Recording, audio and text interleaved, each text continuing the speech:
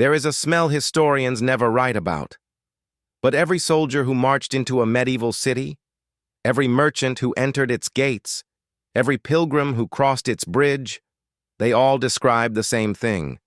A wall of air so thick, so alive with rot and waste, it stopped people dead in their tracks. This is the story of the dirtiest civilization that ever called itself clean. The year is 1348. Somewhere in London, a woman is getting ready for the day. She wakes before sunrise in a room she shares with 6 other people. 2 of them her own children, and 1 a pig that wandered in from the alley during the night. The floor beneath her feet is not wood. It is compacted layers of dried rushes, straw, old food scraps, and the quiet, industrious movement of insects that have been living there for months. She does not find this unusual. To her, this is home. She will not wash her body today. She probably will not wash it for weeks. And here is the thing that unsettles modern people most. This is not because she is lazy or ignorant or poor. This is because her doctor told her not to. The most educated men of her age, trained in universities, reading texts from ancient physicians, have concluded that water is dangerous. That bathing opens the body to plague. That staying dirty might literally save her life. We look back at the Middle Ages and we see the filth, but we rarely ask what it felt like from the inside. What did people believe about their own bodies? How did they fight back against the chaos? And when everything finally collapsed into the greatest pandemic in human history, what did it do to the way they thought about staying alive? This is not a story about how disgusting medieval people were. This is a story about survival, belief, and a civilization doing the best it could with the worst possible hand it had been dealt. To understand how medieval people thought about hygiene, you first have to abandon every assumption you carry from the modern world. Because they had a system. It was wrong, catastrophically, fatally wrong in places, but it was a system, and they believed in it completely. At the center of everything was a medical theory called miasma. The word comes from the Greek for pollution, and the idea was simple. Disease did not travel through germs because germs had not yet been discovered. Disease traveled through bad air, corrupted vapor rising from swamps, rotting matter, and open sewers. If you breathed it in, it entered through the openings of your body, your mouth, your nose, your eyes, and especially your pores, and destroyed you from within. Now, here is where the logic becomes genuinely frightening. If pores are entry points for disease, then what does hot water do? It opens them. Every medieval physician agreed on this. Every medical textbook of the age repeated it. Hot baths were not a pleasure denied to the poor. They were a death sentence avoided by the wise. The layer of grime on a medieval person's skin was not neglect. In their understanding of the world, it was armor. So how did they manage? Across every social class, the great substitute for washing was the linen undershirt. This single garment sat at the heart of medieval cleanliness, and the belief surrounding it was extraordinary. Physicians taught that fine white linen had a drawing power, that as the body sweated throughout the day, the fabric would pull impurities out through the skin and lock them inside the cloth. Changing your shirt was not just changing your clothes. It was, in their world, the equivalent of having a bath. For the wealthy, this meant maintaining a wardrobe of linen shirts and changing multiple times a day. A nobleman who arrived at court in crisp white linen was not simply well-dressed, he was publicly demonstrating medical virtue. The whiteness of the fabric was the proof of his cleanliness, even as his skin beneath it had not seen water in a month. It was a performance of hygiene that had almost nothing to do with what we would recognize as being hygienic. For peasants, the calculation was brutal and simple. One shirt, washed when it could be, worn until it could not be washed any longer.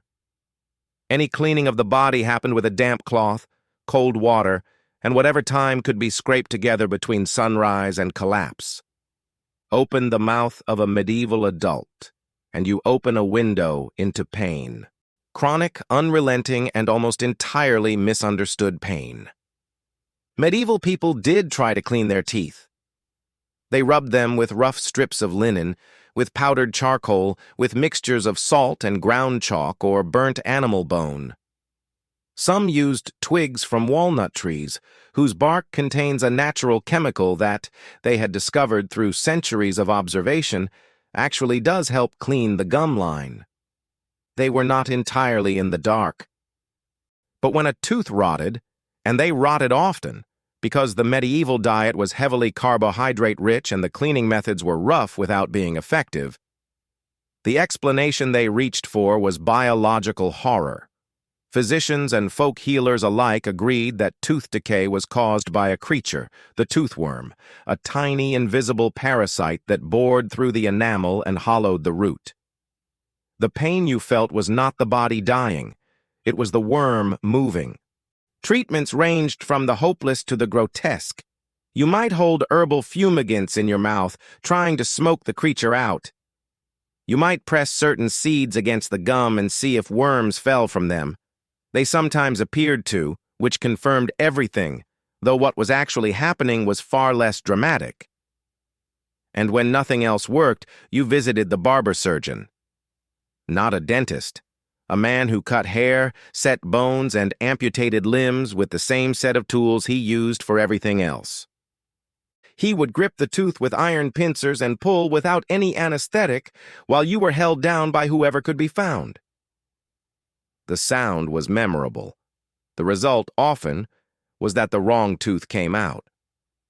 Smiles in the Middle Ages were guarded for good reason. By the time most people reached 40, their mouths told the full story of everything their age could not protect them from. Step outside the home, and the problem immediately becomes a question of scale. Because personal hygiene, however flawed, was at least a private negotiation between one person and their body. Public sanitation was a shared catastrophe that an entire civilization had to manage together, and mostly failed to. Start at the top. In the great castles and manor houses of England, the wealthiest people in the country relieved themselves in a room called the garderobe, literally, the wardrobe. It was a stone alcove with a seat and a hole. Below the hole, nothing. Just a shaft falling down the outer wall of the castle, depositing waste into a pit at the base or directly into the moat. In summer, the updraft from below would rise through the shaft and fill the chamber with something that defied description. And yet, this is the detail that stops every historian in their tracks. The finest garments in the castle were stored in this very room. Not despite the smell. Because of it. The fumes rising from decomposing waste were rich in ammonia, which killed the fleas and moths that would otherwise destroy expensive fabric. The medieval toilet was, by design, also the wardrobe, hence the name. In towns and cities, the engineering problem multiplied with every additional body packed inside the walls. London in 1300 held perhaps 80,000 people. Every one of them needed somewhere to go. The city's solution was a combination of communal latrines, timber structures built over rivers or pits, shared by dozens or hundreds of people, and private buckets emptied into whatever space could be found. The streets themselves became part of the sewage system. A gutter ran down the center of most medieval roads, and into that gutter went everything. The men whose job it was to deal with this were called gong farmers, and their profession is one of the most astonishing windows into the reality of medieval urban life. They were paid exceptionally well by the standards of their time. They were also, by law, only permitted to work between sunset and sunrise so that the city's respectable population would not have to witness what was being done to keep them alive. They descended into the cesspits beneath public latrines by rope and lantern, sometimes working in spaces so confined and so saturated with decomposing matter that the methane alone could kill a man without warning. Some died that way, just dropped, mid-shovel in the dark, before anyone knew what had happened. Above ground, A parallel army of street cleaners, rakers, and scavengers fought the same losing battle against accumulation. In their corner, an unlikely ally, the city's pig population. Pigs roamed medieval towns freely, licensed and unlicensed, eating the organic refuse that built up against walls and in corners. They were effective. They were also contributing their own material to the problem they were solving, which captures something essential about the medieval relationship with waste. Every solution came with consequences that required their own solution. Now we arrive at the question modern people cannot help but ask, and almost never get a straight answer to. When there is no toilet paper, when there has never been toilet paper, and no one has ever imagined toilet paper, what actually happens?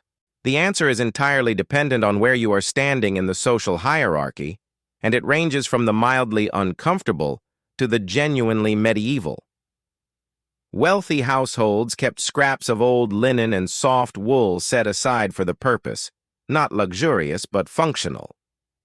If you were a Roman, living a few centuries earlier, you would have had access to something called a tersorium, a sponge mounted on a stick, rinsed in a communal bucket of salt water or vinegar, and shared between everyone who used the latrine. The Romans were nothing if not communal. This technology had since been largely forgotten, which was perhaps merciful. For the vast majority of medieval people, the peasants, the laborers, the tradesmen and servants who made up the overwhelming bulk of the population, the answer was nature. Moss, gathered from stones and riverbanks, broad leaves in summer, hay and straw in winter. The logic was not that these were ideal. The logic was that they were available, and available was the only standard that mattered. That the consequences of this, played out across an entire population, were not minor. With hands rarely cleaned after contact with human waste, with water considered dangerous, with food prepared on surfaces that modern public health inspectors would condemn in seconds, intestinal parasites became so universal that medieval physicians stopped treating them as a disease. They became a given, a condition of human existence so common that the worms in the gut were simply assumed to be there, and treatment was only considered when they multiplied beyond what a body could manage. And then the plague came.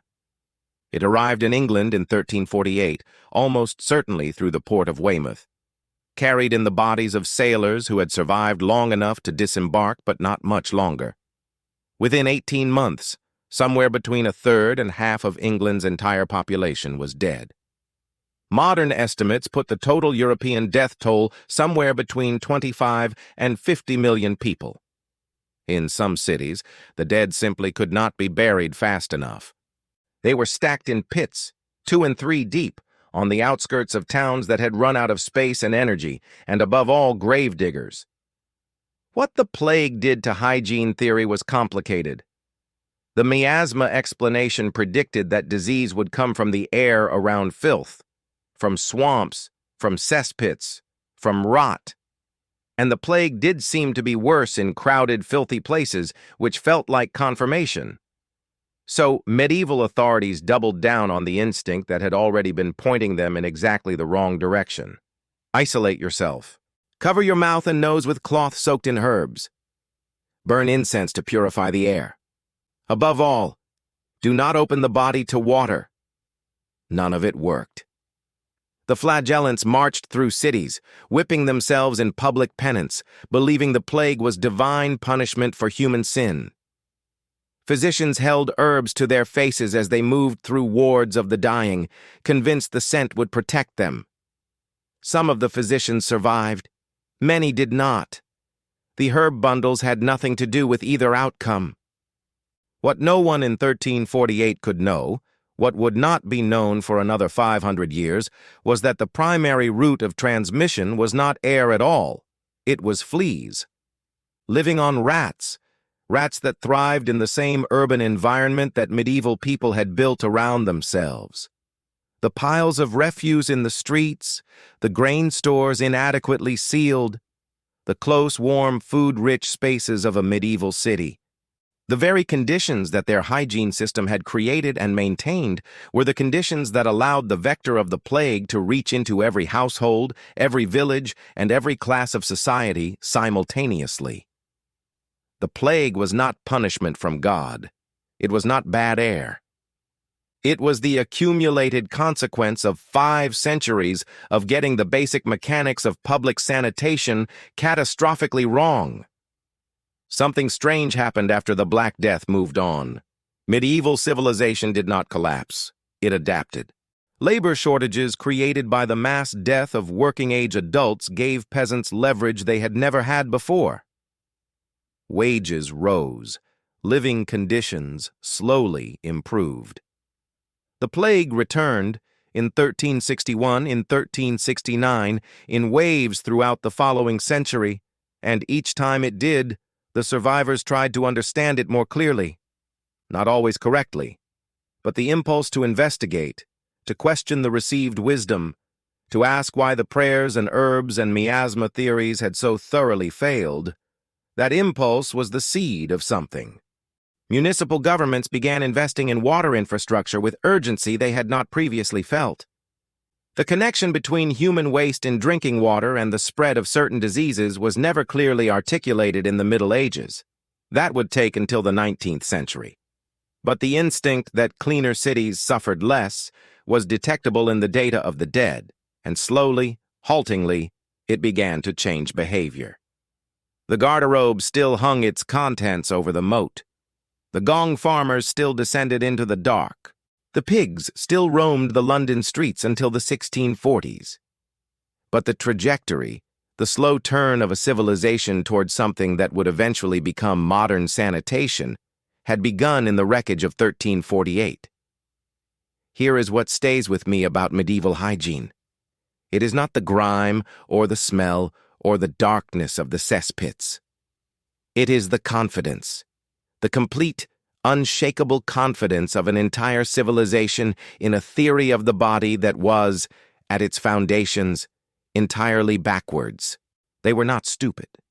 The physicians of the Middle Ages were reading ancient texts, conducting careful observations, building logical frameworks. They just started from the wrong premise. And when your starting premise is wrong, no amount of intelligence will lead you to the right destination.